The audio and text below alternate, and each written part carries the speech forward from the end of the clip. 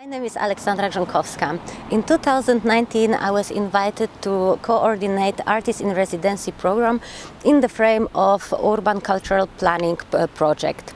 It was very interesting, and we were collaborating with 7 international partners. In total, we collaborate with 15 artists, and we organized more than 20 interventions and projects. In the frame of Artists in Residency program, we managed to organize 10 projects which happen in the partner cities. All of them were very interesting, and the impact is used until today. I would like to tell you the different ways of using the mapping and planning and understanding the city and neighborhood on the examples of 3 areas. One of them is happened in city of Pori, and it was organized by Harry Sipola and Kati Fager, and they invited 2 artists. It was artists and researchers.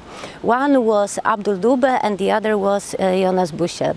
They together organized a kind of team that was working on understanding the needs of the neighborhood, and they managed to open a kind of pop-up space which was dedicated to the neighbors and the citizens of the city to decide about the new vision of the city and talk about these needs, dreams, and possibilities how to arrange it. Another project which is also very interesting, and it's still in process of continuation, happened in Denmark. It was run by Diana Gerlach, and together we decided to invite Julie Meyers, who is working with sound and photography. And Julie, in the process of residency, she met a group of teenagers with the migrant background, and they were working about their personal stories, which were later on transformed in the form of a film.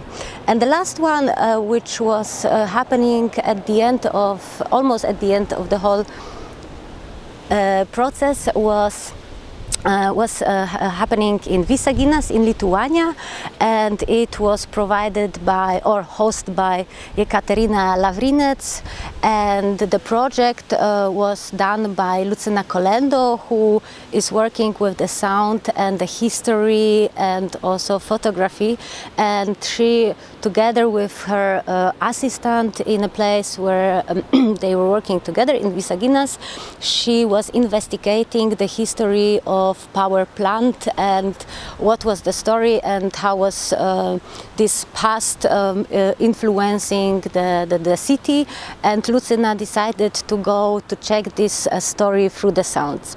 One of the impacts of the whole project, I must say that it was very important, was networking.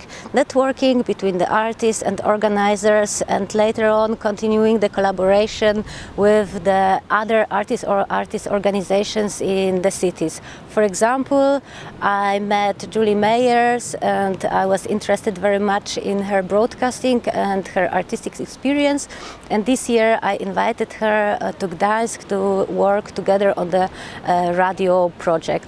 Another example is Lucyna Kolendo, who will be also coming back to Visaginas and Vilnius, and she is planning to continue collaboration with Jekaterina Lavrinec. And one more collaboration or big impact is that in Pori, the hosts, they decided to continue residency program in a scale of international exchange. As the recommendation and reflection after coordinating the Artists in Residency project, I would like to add that the curators and local coordinators underline the fruitful artistic cooperation with the residents, and they also appreciate their outside perspective and a good attitude towards the residency.